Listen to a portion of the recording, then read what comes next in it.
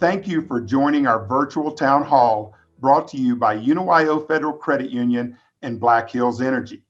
The UWAA is all about providing the pathways to share the legacy, pride, and spirit of UW worldwide. Tonight, we will share about the UW School of Energy Resources. I am pleased to welcome the school's Executive Director, Holly Krutka. Hello, Holly. Hi, Keener. Thanks for having me and thanks for organizing to you and your team. Also, thanks to your panelists. I'm excited for everyone listening to hear from them tonight. And thanks to the attendees. I really appreciate everyone being here. So if I could just start off a few minutes, I've had a really hard time meeting people around the state in the way I wanted to when I got here. I started at the University of Wyoming School of Energy Resources on March 9th. And March 11th is the day that we all went home, quit traveling, and I have made a few trips around the state, but I'm just really grateful for everyone being here because whether you're here in Wyoming or elsewhere, I haven't had the chance to meet as many people as I like. So really appreciate that you're joining us today and spending your time, and look forward to the discussion. Just a little bit about my background. I am a PhD chemical engineer from the University of Oklahoma. But ever since I got my PhD, I wanted to work in the energy sector. I didn't study energy when I got my PhD. And, Wyoming is really the center, one of the centers of the energy world. And so I'm really pleased and honored to be here. I've had a lot of different jobs, and they were all focused on energy. At my first job, I started by researching carbon capture and storage, and I led a team, and it was total technical work, and we invented a new type of carbon capture facility that used solid sorbents. So if you're not familiar with carbon capture, that's just a way of removing carbon dioxide from flue gas of different streams. And then I moved on. I had a really interesting opportunity to work for a Chinese state-run energy company working on international communications, which is a really odd job for an engineer, but it was a great opportunity, and I got to learn about policy and communications at the international level. And then from there, I worked in the research area at Tri-State Generation and Transmission, which is, many of you may know, is a rural electric co-op that operates in this region. And then from there, I was vice president of coal generation and emissions technologies. And in all those jobs, I worked in one way or another and had interaction with the School of Energy Resources, because this group, as it was built up, this group here at the School of Energy Resources is known across the country, and they are experts in a lot of the fields I worked in, like carbon capture and storage. So when the opportunity to apply for the top job here came about, I jumped at the chance, and I couldn't be more honored to be here. Well, Holly, thank you. And we're glad you're here. And I'm with you as an alumni director. I'm used to traveling around a lot, and my staff is as well. It's been an unusual year, but we're able to reach a lot of folks through this medium. So thank you for being here. Holly, why don't you begin just giving an overview of the School of Energy Resources? Sometimes maybe not a lot of understanding of what all you do and the multifaceted programming that the School of Energy Resources offers. So if you could give us that update, that'd be awesome. Thanks, Keener. Yeah, this is a great question. And I think it's one of the reasons I was so excited to do this town hall. The School of Energy Resources is really unique. It was created in 2006 by the Wyoming legislature and the executive branch. And the concept was to have a school focus on energy-driven economic development for the state of Wyoming. Unlike other schools or colleges here at the University of Wyoming, while we have an undergraduate program, and we also sponsor a lot of research, but we don't have brand recognition in the same way as if you were a high schooler and you were considering what degree program you wanted to go to at the University of Wyoming. You might have an idea of what you're getting into if you went to the College of Business, if you went to the College of Engineering. We don't have that. We're very, very unique. There's not a School of Energy Resources at every university, or maybe even any other university. What we do is we have an undergraduate program that trains students to work in the energy industry in some unique capacities. And I'll talk about that in a little more detail later. We also have a large research program. That research program is laser focused on Wyoming energy issues. And so that's what we do. We look for gaps that the state of Wyoming energy industry needs, and we try to fill those gaps to the best of our ability. Well, could you start then and go ahead and fill us in more detail on each of those pillars in the research? So we have three pillars that support our program. First, it's academics, research, outreach. So I'll talk about each of those individually. In our academic program, like I said, it is less known than other degree programs on campus. So really excited to talk about it. We have an undergraduate program. It's called Energy Resource Management and Development, and it's a Bachelor's of Science, and we have two concentrations. The first concentration is professional land management. And our goal when we educate students in that program is to give students the fundamental skills to put together land deals. And there's obviously land deals are really important to the energy sector. I will say the opportunities for our students are broader than the energy sector. And so there's a wide range of disciplines that you could go into. You could go into citing anything from real estate development, anything that involves land. And we have two students here with us today that both graduated from that land management program. And I think they'll talk a little bit about the different opportunities that students can have when they go through that program and the different career paths that students can take or that graduates can take. Our other concentration in undergraduate program is energy, land, and water management. So this is focused on developing a set of skills that will support industry needs. They're environmental scientists and they collect data samples for air, soil, water, and other materials to identify environmental impacts for studies and surveys, and also to support energy development. Energy companies have to have folks who can support all their applications and permitting, and both of our degrees support that endeavor. So that's our academic program in a very high level view. We also have our research program, and that's probably what we're better known for across the state. It's a very large research program, and the way we organize it is through centers of excellence. There's different models for centers of excellence, and they all work. They can be led by faculty or staff, and so we have in-house staff that are focused full-time exclusively on researching energy issues for Wyoming. We also work with faculty. I think one of the best things about SER is that we're housed here at the university. We're a part of UW, and we can bring funding, ideas, and dollars to the faculty around UW and try to spur them and inspire them to focus on Wyoming energy issues. And so we get to work with all these great faculty at the university, and we have so many wonderful collaborations that are really fruitful in terms of research and have had some real impacts over the years. So let me just give some examples of our different centers of excellence and the type of things we work on. So faculty-led centers of excellence include the Biogenic Natural Gas Research Center, the Center for Air Quality, Flow-Through Porous Media, Produced Water Management, and we're standing up wind energy. And these research centers ebb and flow with industry needs, and sometimes they spin off and become their own thing inside the university. And our goal is really to get them started, launch them, and let the work continue, whether or not we're involved at all. As far as staff-led research centers, these are the ones that we're working on full-time. These are bringing in really large grants that are focused on energy issues in Wyoming. And we have three of those. And so we have the Center for Economic Geology Research, Center for Carbon Capture and Conversion, and the Center for Energy Regulation and Policy Analysis. And let me talk a little bit about what those different centers do. And the Energy Regulation Policy Analysis is a little bit self-explanatory. The Center for Economic Geology Research is our lead on carbon capture, use and storage, and particularly that storage component, because we have a strong team of geologists. They're the ones leading the $19.5 million Department of Energy Carbon Safe program, where we're working with Basin Electric to develop a commercial size storage site adjacent to the Dry Fork Power Plant.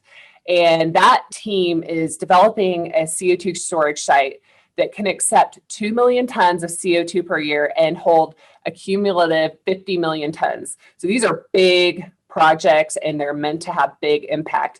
And another thing I should say about our centers of excellence, and especially the staff-run centers, is we really straddle that bridge between the more fundamental work that's really critical but very early stage, and then before research is, or before products or technologies are ready to go to industry, that's where we have a sweet spot where we're doing really applied work and trying to get that work out the door so that it's meaningful for the state. So our Center for Carbon Capture and Conversion, that group is focused on more the upstream side. So we look at new technologies for carbon capture, new technologies for power generation. So Wyoming coal and gas can be used with lower carbon emissions and also at competitive costs. And then we also look at things like finding new uses for Wyoming fuels. So, for example, finding new uses for coal. And we have a pretty large, robust, novel uses for coal program that's sponsored by the state of Wyoming. We go after both federal grants and support from the state and private funding. So we're all of the above on Take It In money, but we only have one focus, and that's doing work for the state of Wyoming. And our Center for Energy Regulation and Policy Analysis, let me give a couple examples of things that group does. That's a newly stood up center, and it's growing its portfolio of research. But one of the things that group does is give real-time support to elected and appointed officials from Wyoming and our federal delegation. We try to do the research to give our decision makers in the state the knowledge they need to move forward. And we also try to, if we don't have the answers, we try to develop new studies and new research projects to get those answers. One of the things that we're working on now is an analysis of House Bill 200. So if you're not familiar with House Bill 200, that is a law that was passed. It requires utilities to look at carbon capture and storage before they retire a plant, and actually to apply it. This is novel. This is cutting edge. No other state in the union has something like this. So we need to understand as a state, how is that going to be implemented? And we're trying to do some of the background work to support the Public Service Commission as they consider how to implement that law. And our third pillar is outreach. And so we cannot do our work in a vacuum. We need to hear from industry. We need to hear from stakeholders across the state and beyond. You know, in Wyoming, part of our outreach has to be outside the state because our energy sector is so incredibly dependent on entities outside the state. Over 90% of energy produced in Wyoming leaves our borders. We're a big exporter. And so we have to understand what's happening in other states. So that's really important to us too. Another really interesting area that we have on outreach and also supporting other research programs at the university is the Shell 3D Visualization Center. And I think we have some images that we're going to bring up to show the kind of work that they do. It's really a unique center. It's very special. So we're just going to show a few examples. So this picture that you're seeing now is a 3D soil profile. It's not a picture that was developed. It's just developed by our team, and they were working with the Department of Ecosystem Science and Management. Just one example, not energy related. Maybe we can go to the next one. So this is a laser scan point cloud data of the Croatian bat cave. So that was supporting another faculty research project. And maybe we can go to the next one. So this is an energy one. So they do a lot of energy work, but we have this tool that we've developed, and we developed it and grew the 3D Visualization Center to do energy work, but it can be so much more. And so we collaborate, and that team and the 3D visualization team collaborates across campus and beyond. They also work with community colleges in the state of Wyoming and industry. And so this is an example, an energy example. And so this is work that was done in conjunction with the Department of Petroleum Engineering and a defense, just looking at how water and oil mix underground and being able to model that and have some visualization in 3 dimensions. And we actually have a cave you can walk into and see this in 3 dimensions as well. And then we have one more. We have a short video. We'll just show part of it. But we're working with Northwest Wyoming Community College. And what you're seeing is basically a development of 3D visualization to help folks showing up at a surface mine remember all their PPE, their protective equipment. So that's all it is, but it's just a really novel approach to some of these things, and things that, you know, a way that you could go through your training and not even be at the site. So that's it on the 3D Visualization Center. So we can stop that. I think that guy at the end is a little creepy, but they like it. So that is what we do at SCR, and that's a little bit about how we do it. Well, Holly, you do some remarkable work, and what an impact for the state. And I guess that really ties into why SCR school is funded by the state, and it has separate funding vehicles outside of the UW. arrangements. But I know you've got a special guest, there's a special alum that you want to introduce now and bring on and give his perspective on the School of Energy Resources. Yeah, Keener, thanks. So I'd like to invite Dave Emory, who graduated in '85 with a BS in Petroleum Engineering. He was the CEO of Black Hills Energy, as many of you probably know, from 2004 to 2018. And he's also a board member for SER. So our board is the Energy Resources Council, and he's been a board member since 2013 and very grateful for that. So welcome so much. And thanks for being here with us, Dave. Yeah, thank you, Holly. Good afternoon, everybody. It's really a pleasure being with you today. And I think from a board perspective of the School of Energy Resources, we were really happy when Holly came last year. Many of you may know, but Mark Northrum was the director prior to Holly, and he'd been here since inception, essentially. And she's doing a great job filling Mark's very big shoes. So we're happy to welcome her. And again, hope for the time when she can get out and meet more of you after we get through all this pandemic stuff, if you will. Yeah. So Holly described some of the unique features, I think, of the School of Energy Resources. It's different than a traditional college unit on the university, right? And I think one of them that's worth noting a little bit is the board and its structure. The Energy Resource Council at the School of Energy Resources. Most of the colleges on campus have an advisory board. Its members are appointed by the dean and the board itself and people at the college. In general, those boards are advisory only. They don't generally have a formal governance role.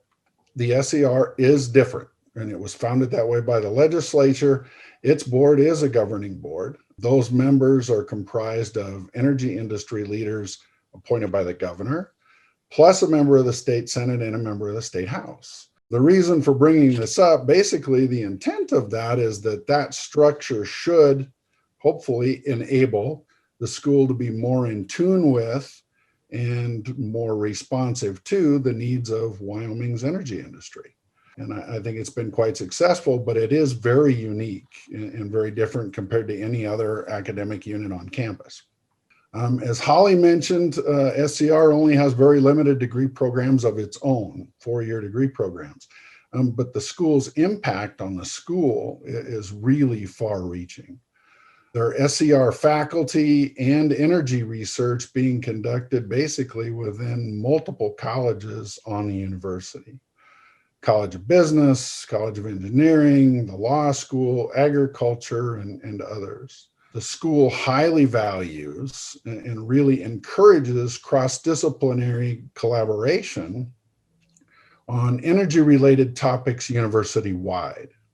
Couple examples that I've personally had the pleasure of being involved in. One is I've been a guest lecturer in an energy deals class that the law school offers.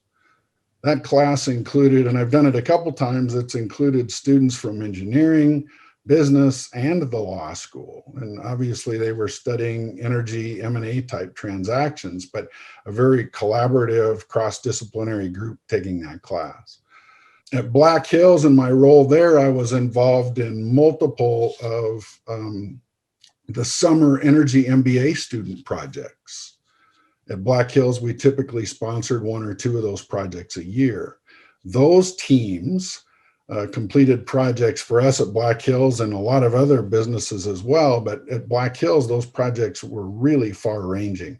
From basically one project ranked oil and gas reservoirs in the Powder River Basin for their value in being CO2 injection sites.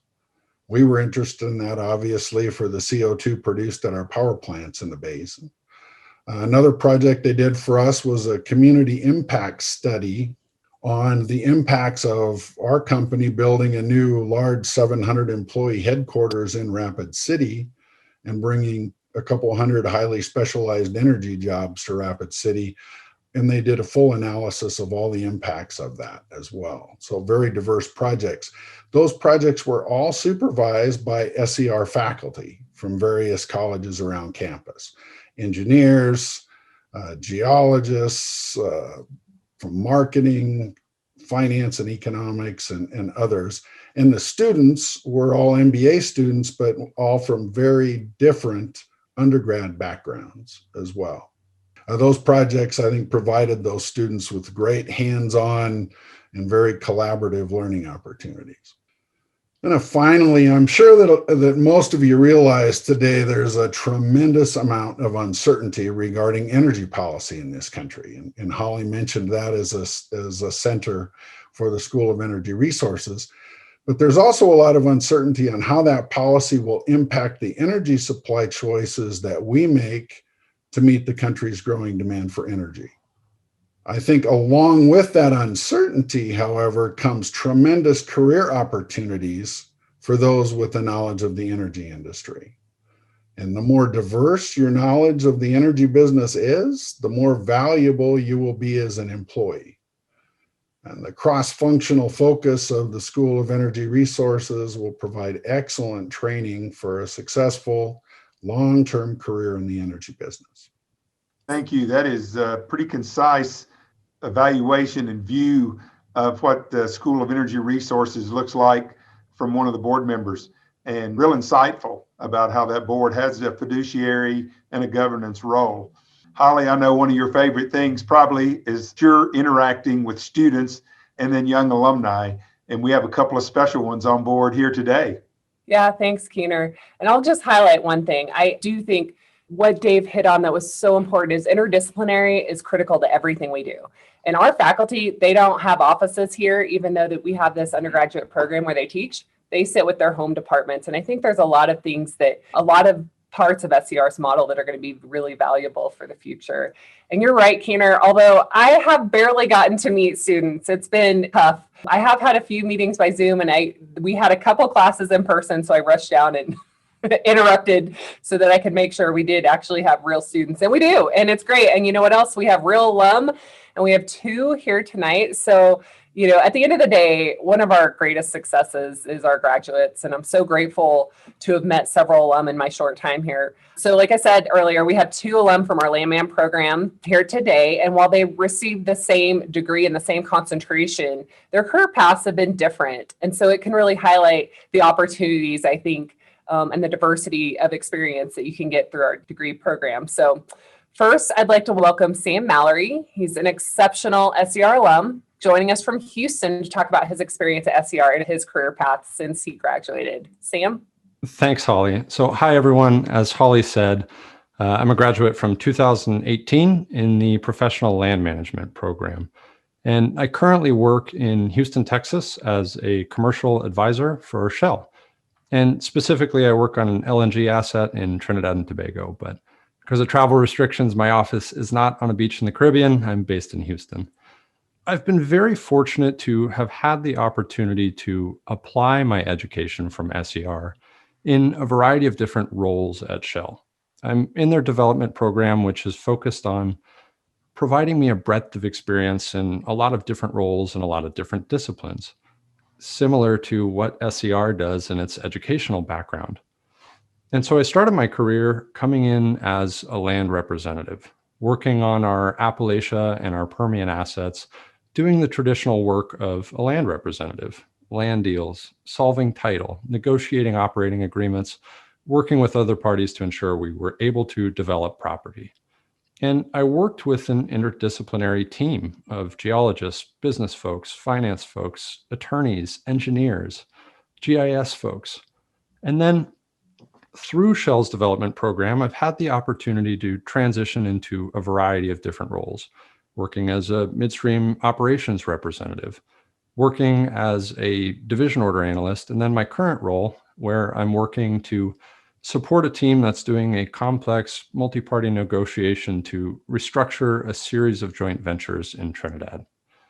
And what stands out to me the most about my experience at SCR is the interdisciplinary approach that it provided. The opportunity to get to study in a variety of different fields. I loved getting to study business, law, geology, engineering, GIS, all from this scope of energy. And I think it's translated quite well because I've been able to enter the industry with the specific skill set to be a land representative. But then when challenged to move and experience different roles, I've had that breadth of discipline to be able to lean on and kind of carry me through into those roles and help me be grounded and comfortable. So my current role, which is far removed from that of a land representative, I still feel like I get to use 90% of my education from SER because of that breadth of discipline.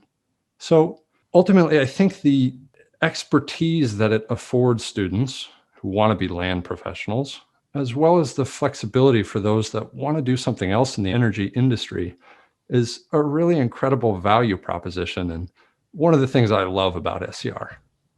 Outstanding testimony there of your experience. And I know Holly is certainly proud of you being a graduate from SER. Couldn't be more proud. That was a great testimony. Thank you so much, Sham. So next we'll hear from Katie Schweger, who's joining us from Casper. Katie, will you please tell us a little bit about yourself, your experience as an SER student, and your career path? Hi, yes, thanks, Holly. Hi, everyone. I'm Katie Schweger. I am a 2017 graduate of the School of Energy Resources. Like Sam, I earned my degree in Energy Resource Management and Development with a concentration in professional land management. Since I've graduated, I have been working as an independent landman for McDonald Land Services, a brokerage firm out of Oklahoma City. I've been lucky enough to remain in the Rocky Mountain region and have been working the Powder River Basin asset on behalf of my client. And as part of a boots on the ground team here in Casper, my team and I, we work pretty closely with our client to complete a variety of tasks and assignments that range from due diligence and title research to lease acquisitions and negotiations. And I think something that has been very helpful for me is that going through the PLM program, all of the professors are also industry professionals. And so they understand what skills are most necessary and most important for being successful in the field. While we were in the program, we're able to get our hands on title documents, go to the Albany County Courthouse and prepare title opinions and practice lease negotiations, and even attend examiner hearings at the Wyoming Oil and Gas Commission hearings. Speaking of the Oil and Gas Commission, the School of Energy Resource also does a really good job at connecting students to industry professionals. And with the field trip to the Oil and Gas Commission, they plan that in conjunction with Wyoming Association of Professional Land Management, their networking events. And so that allows the students who go to this hearing to network and mingle with industry professionals, which was very beneficial to me, as that's where I met my current crew chief, who ultimately hired me after I graduated. Lastly, I know Holly and everyone have touched on this, but because the energy industry, especially oil and gas, is so cyclical, it's very important to note that the degree or a degree in land management is very diverse. And my background in land work can be applied to, of course, the energy industry, wind, solar, oil, and gas, but can also be applied in other industries such as communications or construction. I know I have classmates who are currently working in both of those, obtaining right-of-ways and that kind of thing for roads and cell phone towers. So my time at the School of Energy Resources has been invaluable and has helped me be successful in my field. Katie, that's very nice. I appreciate the way you contrasted your work, and it opens up just tons of opportunities, it sure seems like, for our graduates. And speaking of that, we have about 120 graduates from the School of Energy Resources. You know, Holly, we've got some great questions for Dave and you. And so I want to bring on some folks that are special to me. I actually know them very well. The first one is Mindy Eiderdike. She is Vice President at UWAA Federal Credit Union. And Mindy, first, thanks for your sponsorship. You guys are loyal partners for the university and the UW Alumni Association. I greatly appreciate that. And I will put in one quick plug for UWAA Federal Credit Union. If you're an alum out there, you're a member of their credit union, and it really doesn't matter where you live. So if you have a banking, financial, or loan need, I would encourage you to give them a call and take advantage of that. But Mindy, thanks for being here. I know you've got a great question for Holly, I believe.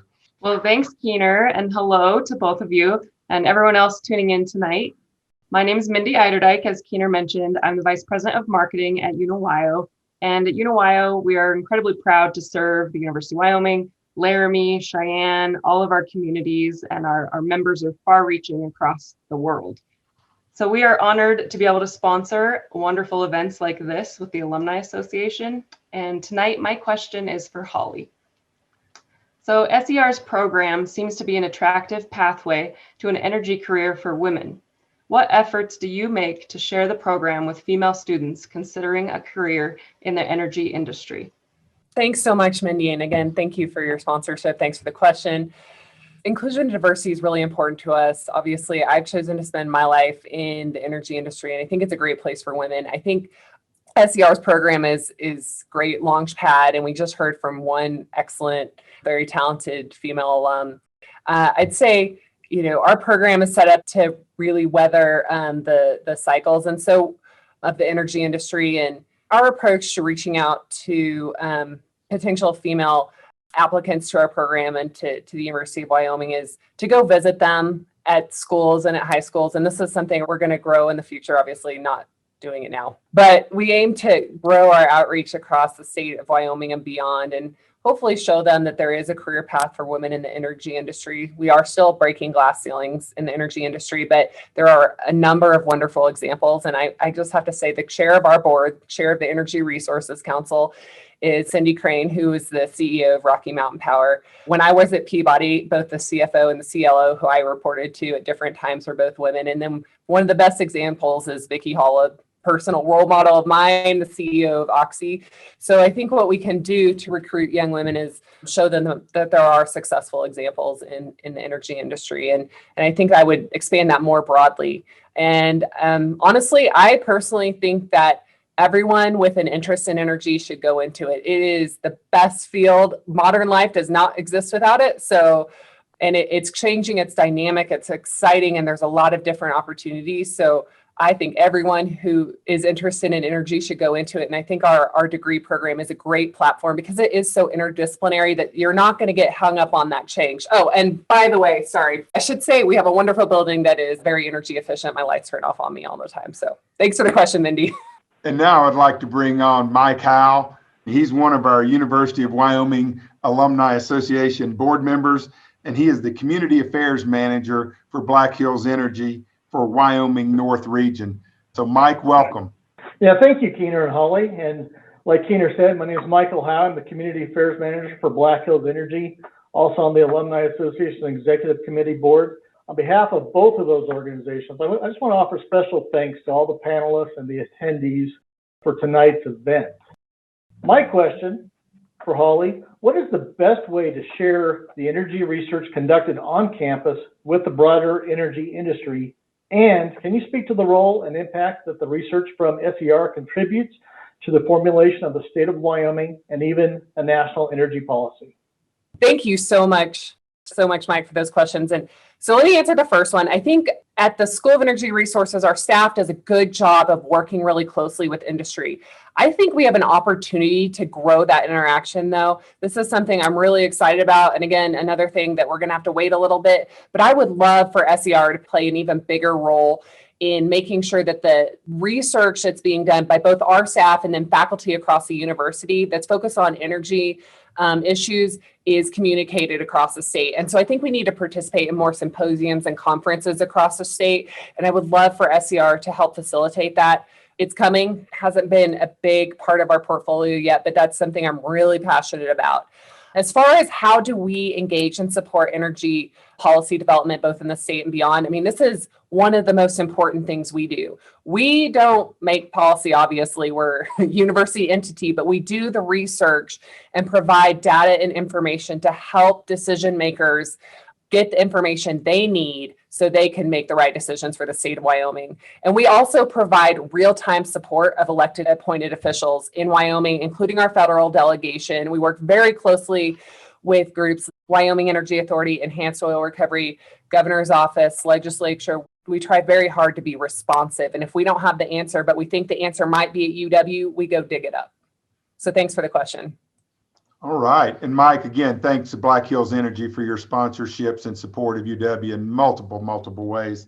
And now I'd like to bring on an alumnus. Got to know a few years ago. He has a broad understanding and traveled a bunch and knows a heck of a lot about the energy industry.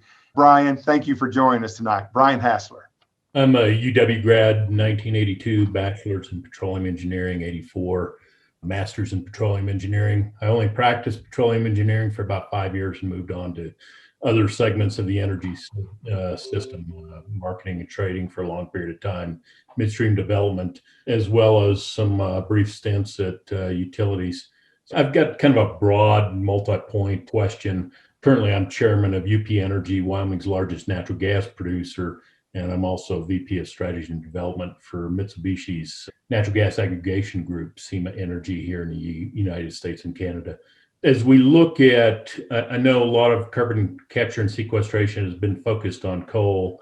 As a natural gas producer in the state of Wyoming, how can we look at innovative sequestration of carbon to make our product carbon neutral, so to speak, from production to end use market?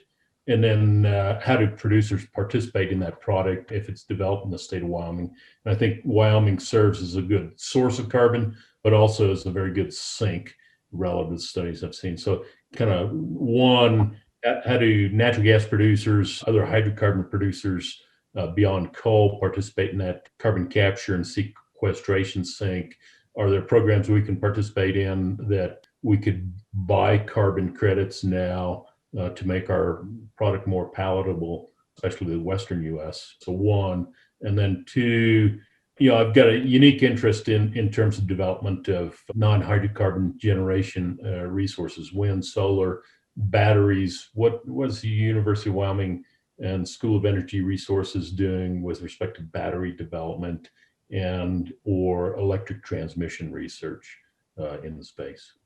So long-winded, multi-pronged question, but let you guys have at it. Yep. Thanks, Brian, and thanks for your service to the state over the years. And so I will go through those pretty fast because there was a lot there. We could do an entire town hall on that question, but I think you hit a lot of really important points. So on carbon capture, use, and storage, I think one of the most important things I'd like to convey, because this is a huge research area, and I do want people to know this is not just a research area for coal.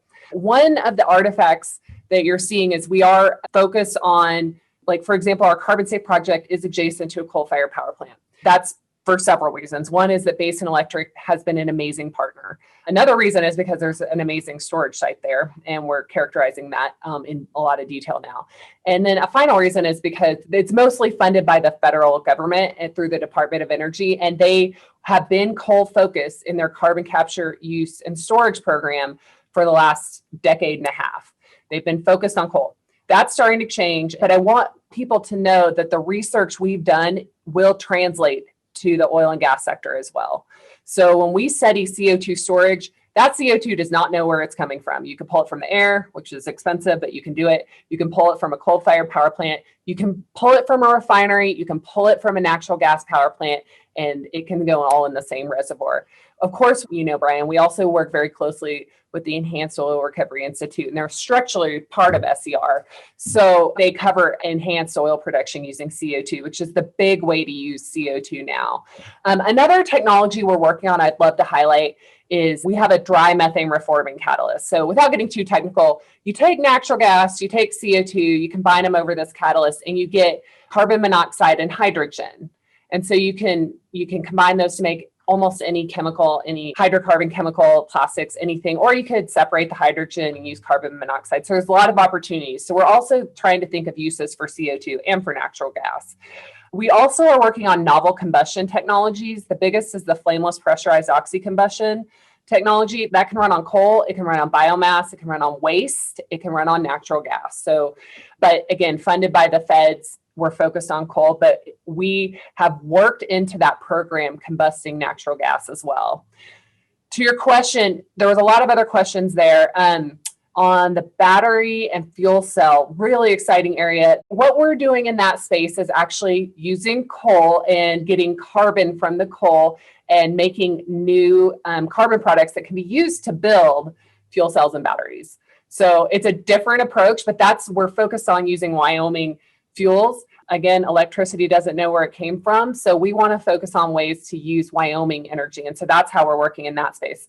There's a lot of work in the electric grid sector. We're not leading much of that, but there is a lot of great work at UW. So I'll leave it at that since we're not heavily focused on that. I did say we're standing up again a wind energy research center that will be focused on Wyoming wind. So that is in the works as well.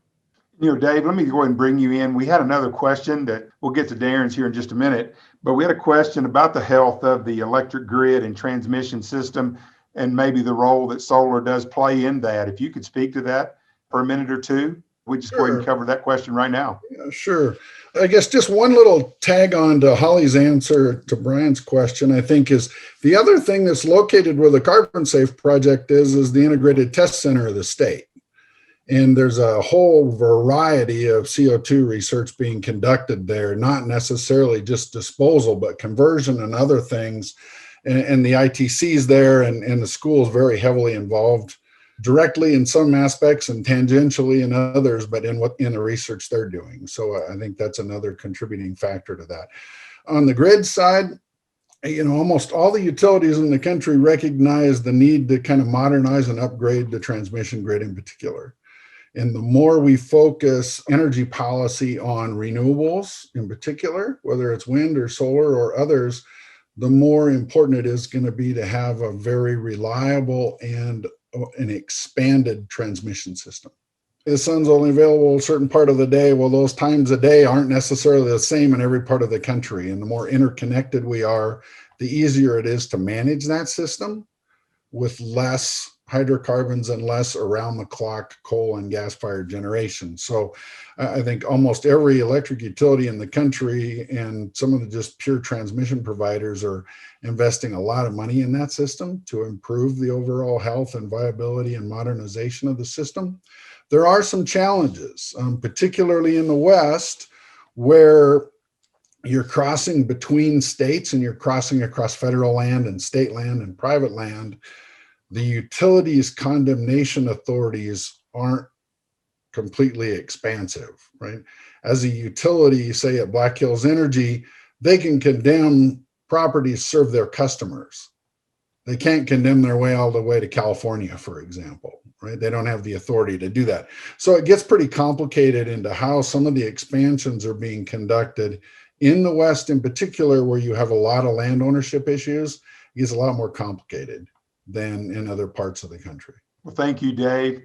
Now let's bring on one of our great friends and one of our network leaders in Houston and really for Texas, for that matter. He's in Midland today.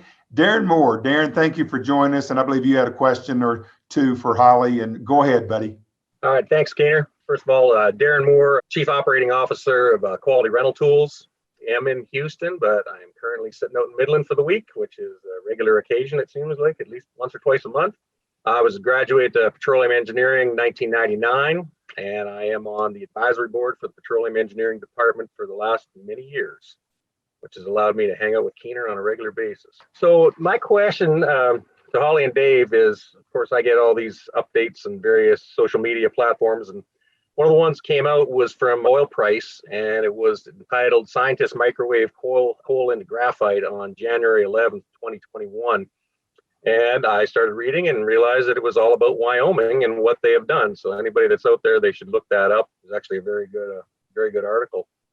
So after reading the article, it looks like y'all have a methodology of converting coal to graphite. Although it's still early on, can some of the same processes be applied to all types of coal? So that's kind of the first question. Then when I seen it, I read a little bit more. I said, can the byproducts from the reaction be collected, such as can the hydrogen collected, possibly used, or in a quantity that would allow for the power generation of the actual microwave generator itself? Through that article, and again, I encourage everyone to read it, they do talk about how we use a microwave basically coal to come up with these other byproducts.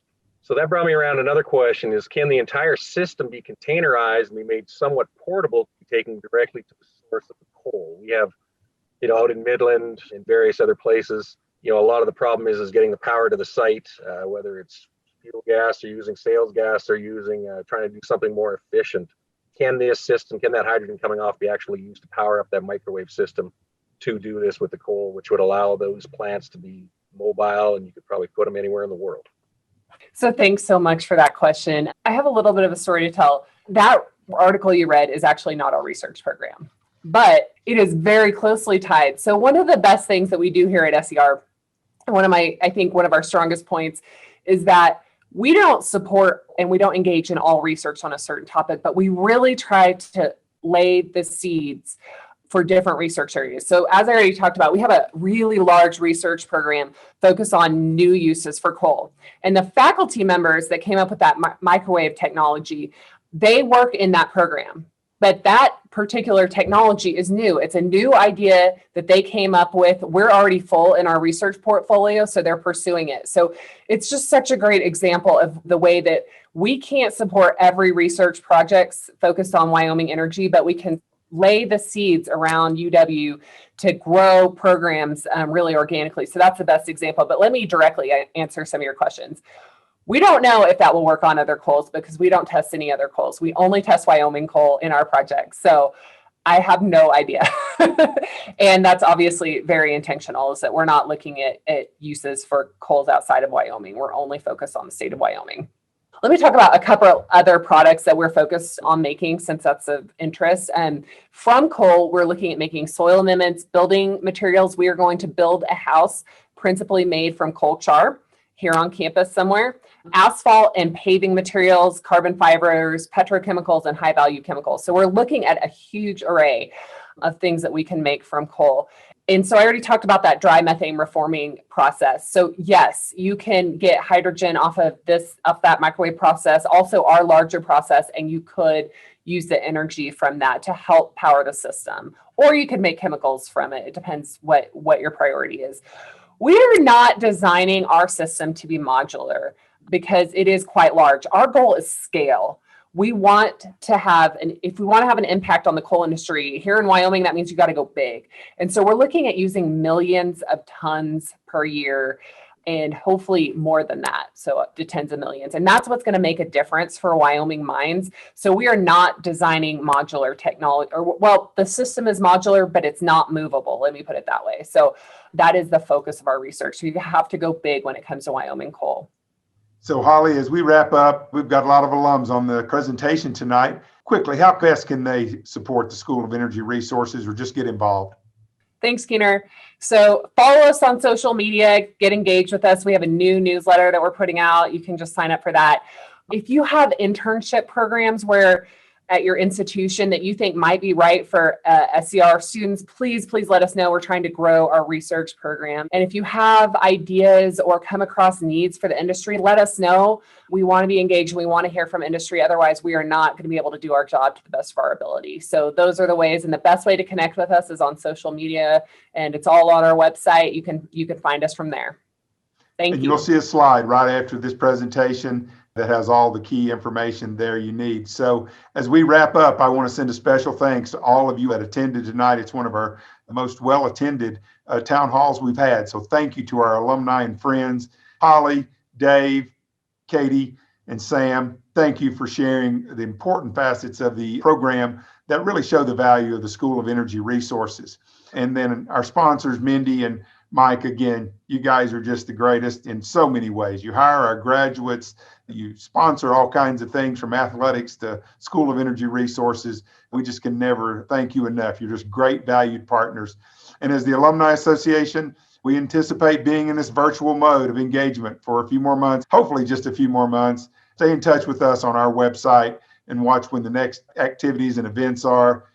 We hope to be putting together fall and next spring 21-22 plans, and pay attention to us. We'd love to engage with you in any way. You can call our offices, and we just love to hear from you. So thanks, everybody. Have a wonderful night, and go Wyoming.